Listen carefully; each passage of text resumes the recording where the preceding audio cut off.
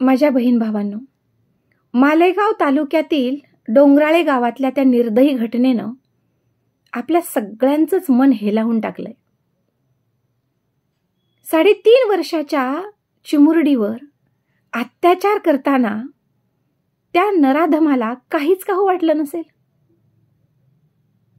एवढीशा त्या जीवाची काय चूक होती? अजून पूर्ण जग त्या लेकराचं पाहायचं राहिलं होतं. ही कळी उमलायचीच राहिली होती.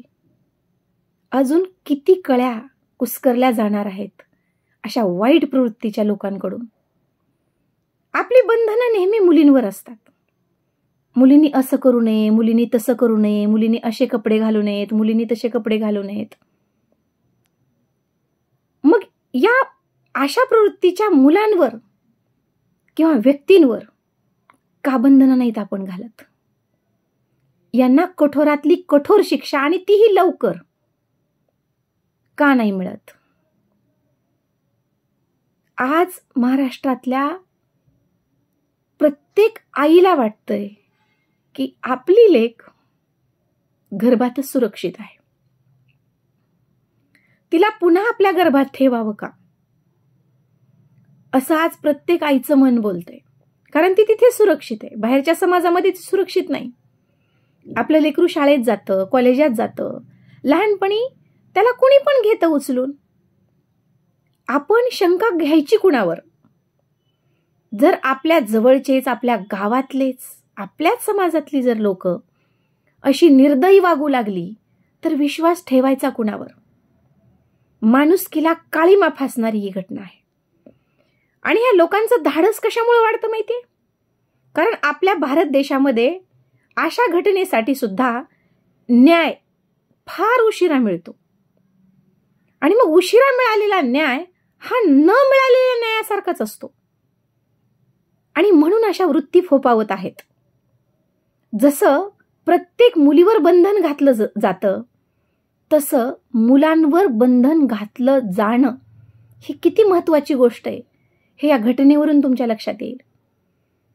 आपला मुलगा काय करतो, काय विचार करतो, तो मोबाईलवर काय पाहतो, याकडे पालकांनी लक्ष देणं आवश्यक आहे. नुसती मुलीवर बंधनं घालून उपयोग होणार नाही. बंधनं घालायची आहेत ना, मुलांवर घाला, मग काहीतरी त्याचा उपयोग होईल. नेहमी दोष मुलींना देऊन फायदा नाही. काय दोष होता त्या एवढुशाची मुरडीचा? दोष काहीच नाही. काय म्हणला असेल त्या लेकराचा जीव? किती विव्हळला असेल, किती मदतीसाठी हाका मारल्या असतील, तरी दया आली नाही त्याला. कुणीकडे चाललाय आपला समाज? आपल्या अवतीभोवती या घटना घडतायत. आणि म्हणून आज प्रत्येक लेकीचे मायबाप आज आपल्या लेकीला कुशीत घेऊन ढसाढसा रडतायत. सगळ्यांना एकच प्रश्न पडलाय, आपण लेकीला जन्म देऊन चूक तर नाही ना केली? ही अवस्था आहे आपल्या समाजाची. आपण सगळ्यांनी एकच काळजी घ्यायला हवी. ज्यांना कुणाला मुलं आहेत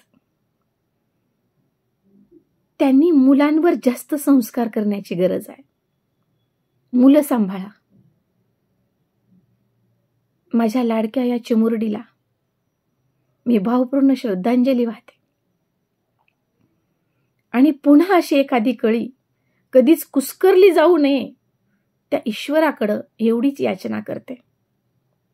बस.